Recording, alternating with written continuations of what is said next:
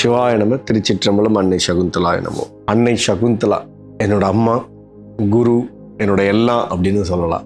நான் நிறைய இடத்துல பயணம் பண்ணியிருக்கேன். அவங்க கொடுத்த ஆழமான புரிதல் தான் இப்போ இந்த இடத்துல உங்களுக்கு இந்த பகிர்ந்து கொள்றதுக்கு உட்கார்ந்துருக்கிறதுக்கு காரணமே அவங்க தான். அந்த இறை சிந்தனைகளும், இறை சஷ்டங்களும், இறை அனுபவங்களும், அவங்க கொடுத்த பயிற்சிகளும், அதுதான் இங்கே நான் உட்காந்து உங்களுக்கு எல்லாருக்குமே சொல்றதுக்கான காரணமே. இப்போ நான் சொல்ல போகிற எல்லாமே ஒரு சிறிய குறிப்பு தான். ஏன்னா அவங்க கிட்டத்தட்ட இப்போ அன்னை என்னோட குருக்கு வந்து 74 வயது.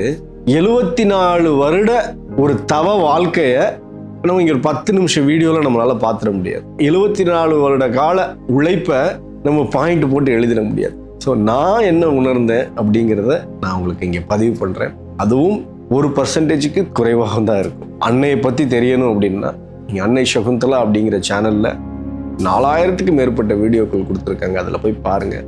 அம்மா உண்மையிலேயே ஒரு அம்மா எப்படி இருப்பாங்களோ அப்படிதான் அவங்க என்னை வழி நடத்தினாங்க. குரு அப்படின்னு சொல்லும்போது அவங்க சொல்லுவாங்க, நான் குரு இல்லை கண்ணா, நான் அம்மா அப்படின்னு சொல்லுவாங்க. எல்லாருக்கும் சமமான அன்பு. அவங்க பிறக்கும் போதே இறைவனோட அருளோட இறைவனை உணர்ந்தவங்களா தான் பிறந்தாங்க. பிறந்ததுலேருந்து இன்னைக்கு வரைக்கும் குழந்தைகளை எல்லாரையுமே ஆன்மீக பாதையில இருப்பணும் அப்படின்னு நோக்கத்துல நம்ம தமிழ் சித்தாந்த முறைகள்ல என்னென்னலாம் புத்தகங்கள் இருக்கோ, என்னென்னலாம் குருமார்கள் கொடுத்துட்டு போனாங்களோ அதை எல்லாத்தையும் விளக்க உரை கொடுத்தாங்க. அது எப்படின்னா இலக்கண விளக்க உரை இல்லை, இறைவனை உணர்ந்தவங்க உணர்ந்த மாதிரி, உணர்ந்ததை அப்படியே மாதிரி இல்லை, உணர்ந்தபடி அப்படியே கொடுத்தாங்க. ஆரம்ப கட்ட காலங்களில் இறைவனை நோக்கி பயணிக்கிறதுக்கு எல்லாருக்கும் எல்லா சேவையும், இந்த புரிதலை கொடுக்கறதுக்கு எல்லா விளக்கமும் கொடுத்துட்டாங்க. கொடுத்ததுக்கு அப்புறம் இந்த உயிர்கள் எல்லாம் எங்க நிக்குது, ஏன் இறைவனை நோக்கி ஏன் போகலை அப்படின்னு பார்க்கும்போது ஒவ்வொருத்தரும் ஒவ்வொரு பிரச்சனையில நிக்கிறாங்க.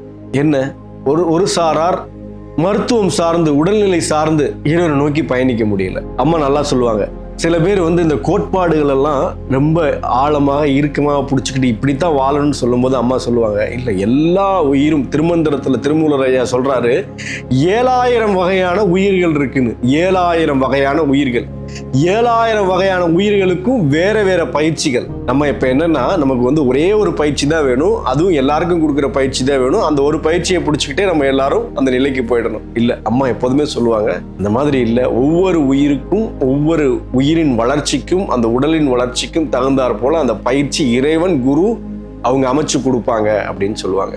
ஸோ இந்த காலகட்டங்களில் இப்படி அவங்க எல்லாத்தையுமே எழுதி கொடுத்துட்டாங்க. திருமந்திரமா இருக்கட்டும், திருக்குறளா இருக்கட்டும், திருவாசகமா இருக்கட்டும், திருப்பள்ளி எழுச்சியா இருக்கட்டும், நிறைய இறை அருளாளர்களோட வரலாறுகளா இருக்கட்டும், மகாபாரதமா இருக்கட்டும், கந்தபுராணமா இருக்கட்டும், வேல்மாறலா இருக்கட்டும், இந்த மாதிரி எண்ணிலடங்காத எல்லா வகையான நூல்களையும், கந்த சஷ்டியா இருக்கட்டும், ஔவை குறளா இருக்கட்டும், விநாயகர் அகவலா இருக்கட்டும், எல்லாத்தையுமே உலகுக்கு அவங்க உணர்ந்தபடி இறைவனை நோக்கி பயணம் செய்யும் வழிமுறைப்படி அதை விளக்கம் எழுதி கொடுத்திருந்தாங்க. கொடுத்ததுக்கு அப்புறம் நம்ம பேசிட்டு இருந்தோம், அது ஏன் மக்கள் ஆழமாக போகலை அப்படின்னு பார்க்கும்போது உடல் சார்ந்து இருக்கும்போது அவங்களால அடுத்த கட்ட நிலை போக முடியல. அப்போ என்ன பண்ணாங்கன்னா, மருத்துவம் சார்ந்து அந்த உயிர்களுக்கு என்ன செஞ்சா அதை முடிச்சுட்டு அடுத்த கட்ட நிலைக்கு அந்த உயிர்கள் போகும் அப்படிங்கிறத நோக்கி அவங்களோட பயணம் இருந்தது. அவங்க ஒரு சித்தா அண்ட் ஹோமியோ டாக்டர் அம்மா. அந்த துறையை தேர்ந்தெடுத்து மக்களுக்கு இலவசமாக மருத்துவம். ஏன் மருத்துவம் அப்படின்னா, அம்மா இன்னொன்று சொல்லுவாங்க, ஒருத்தன் கால் வலியோட இல்லை வயிற்று வலியோட இல்லை தலைவலியோட அவன் எப்படி தியானத்தில் உட்கார முடியும்? இறைவனை நோக்கி அவன் எப்படி அந்த பாதையில் தலைவலியோட அவன் எப்படி உட்கார முடியும்? தலைவலி தானே அவனுக்கு முன்னாடி வரும், முதல்ல அந்த வழியை தானே தீக்கணும் அப்படின்னு சொல்லுவாங்க. ஸோ உடல் சார்ந்து என்னென்ன வழிகள் இருக்கோ, பிணிகள் இருக்கோ, அதை நீக்கிறதுக்கு ஹோமியோ சித்த வழிமுறைப்படி என்னென்ன இருக்கோ எல்லாத்தையுமே அதையும் தொகுத்து கொடுத்தாங்க. அடுத்து ஒரு சாரார் வந்து பணம் சார்ந்து, பொருளாதாரம் சார்ந்து என்னால் அடுத்த கட்ட நிலைக்கு போக முடியல அப்படின்னு பார்த்தாங்க. என்னன்னா, ஒரு பணப்பற்றாக்குறை, குடும்பத்துக்கு செய்ய முடியாத சூழ்நிலை, குடும்பம் வளர்ச்சி இல்லை, தன்னை சார்ந்து உள்ளவங்களுக்கும் செய்ய முடியாத ஒரு சூழ்நிலை இருக்கும்போது அவங்களும் எப்படி ஒரு தியானத்துல போய் உட்காந்து இறைவனை நோக்கி பயணிக்க முடியும்? சரணாகதியோட பயணிக்கிறோங்கிறது வேற. ஆனா இந்த மாதிரி ஒரு சோசியல் லைஃப்ல இருக்கிறவங்கள, இந்த மாதிரி ஒரு வாழ்க்கை முறையில் இருக்கிறவங்கள அடுத்த கட்ட நிலைக்கு கொண்டு போகணும்னா அவனுக்கு அந்த நிலை பூர்த்தி பெறணும்ல. அப்போ பொருளாதார ரீதியாக என்னென்னலாம் பிரச்சனை இருக்கோ அதுக்காக உள்ள முத்திரைகள், மந்திரங்கள், பயிற்சி வகுப்புகள், இது எல்லாமே ரெடி பண்ணி கொடுத்தாங்க. அது எல்லாத்தையும் வகுப்புகளா கொடுத்தாங்க. அதை தாண்டி மனம் சார்ந்த பிரச்சனைகள், சரி பொருளாதாரமும் இருக்கு, எனக்கு உடல்நிலையும் சரியா இருக்கு, ஆன்மீகத்துக்கு போயிட்டோம்னா இல்லை. மனம் சார்ந்து நிறைய பிரச்சனைகள். இந்த மனம் சார்ந்து உள்ள பிரச்சனைகளுக்கும் மருத்துவம் சார்ந்து என்னென்னலாம் பண்ண முடியும், முத்திரைகள் சார்ந்து என்னென்ன பண்ண முடியும், மந்திரம் சார்ந்து என்னென்ன பண்ண முடியும், எல்லாத்தையுமே அதையும் வகுத்து கொடுத்தாங்க. அடுத்து உறவு சார்ந்த பிரச்சனைகள். இந்த மாதிரி இறைவனை நோக்கி பயணிக்க தடையா இருக்கிற எல்லா பிரச்சனைகளுக்கும் என்னென்ன தீர்வுகள் இருக்கோ, என்னென்ன பயிற்சி முறைகள் இருக்கோ, என்னென்ன மந்திரங்கள் இருக்கோ, எல்லாத்தையுமே ஒரு வழிமுறை பண்ணி மக்களுக்கு கொடுத்து இத்தனை காலம் கொடுத்து கொண்டு வந்துட்டே தான் இருந்தாங்க. சரி, புத்தகம் எழுதி கொடுத்தாச்சு, இந்த மாதிரி பயிற்சிகளும் கொடுத்தாச்சு, மக்கள் அடுத்த கட்டத்துக்கு போயிட்டாங்களா? அதுக்குள்ளேயுமே நமக்கு ஒரு காலம் முடிஞ்சு அடுத்த காலம் வந்துருச்சு. அம்மா இதெல்லாம் கொடுத்து எல்லாம் ரெடி பண்ணும்போது அப்படியே நம்ம டெக்னாலஜி உலகம் அடுத்த நிலைக்கு நகருது. அடுத்த நிலைக்கு நகரும் போதே என்ன ஆயிடுச்சு, அப்பயே அவங்க சும்மா இல்லை. இப்போ நமக்கு ஒரு கவுன்சிலரை தெரியும், நமக்கு ஒரு யாரையாவது ஒரு பெரிய ஒருத்தரை தெரியும் அப்படின்னா நம்ம என்ன பண்ணுவோம், அவரை தெரியும், அதனால நம்ம எந்த வேலையும் செய்ய வேணாம், செய்ய வேண்டிய வேலைகள்லாம் ஆளுகளை வச்சு செஞ்சுக்குவோம் அப்படின்னு தான் நம்ம நினைப்போம். ஆனா இந்த வயதுலையும் எல்லாத்தையும் கொடுத்துட்டாங்க.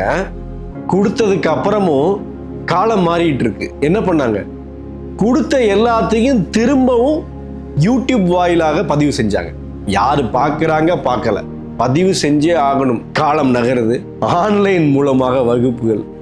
ஒரு நிமிடம் கூட இறைவனை எனக்கு தெரியும், நான் உணர்ந்துட்டேன், நான் எந்த வேலையும் செய்யாம உட்கார்ந்த இடத்துல இருந்து போதனை செஞ்சுட்டே இருப்பேன் அப்படின்னு ஒரு காலம் கூட அவங்க இல்லை.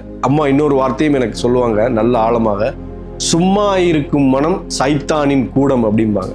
ஒருத்தர் சும்மா இருக்கிறான்னா அவனோட மனம் அவனை ஆட்டி வச்சிடும். எந்த வழியிலையாவது நல்ல வழியில போறதுக்கு உன்னோட மனதை எதுலையாவது செலுத்திக்கிட்டே இரு, சும்மா மட்டும் இருக்காத அப்படின்னு சொல்லுவாங்க. ஏதாவது ஒரு நல்ல வழியில அதை உபயோகப்படுத்திடு அப்படின்னு சொல்லுவாங்க. ஸோ அந்த மாதிரி அடுத்த நகர்வா ஆன்லைன்ல ஜூம் இந்த காலகட்டங்கள்ல வந்தோடனே தொடர் பயிற்சி வகுப்புகள் தான் இருந்தது. தொடர் பயிற்சி வகுப்புகள் எவ்வளவு மக்களுக்கு கொடுக்க முடியுமோ அவ்வளவு கொடுத்தாச்சு. இப்போ ஏஐ, ஆர்டிஃபிஷியல் இன்டெலிஜென்ஸ் எல்லாம் வந்துருச்சு. இப்பவும் இந்த மக்களுக்கு எப்படி கொண்டு சேரணுமோ அதற்கான வேலைகளும் அவங்க அயராது இந்த வயதிலையும் உழைச்சிட்டு இருக்காங்க. இது நான் அவங்கள புரிஞ்ச விஷயங்கள்.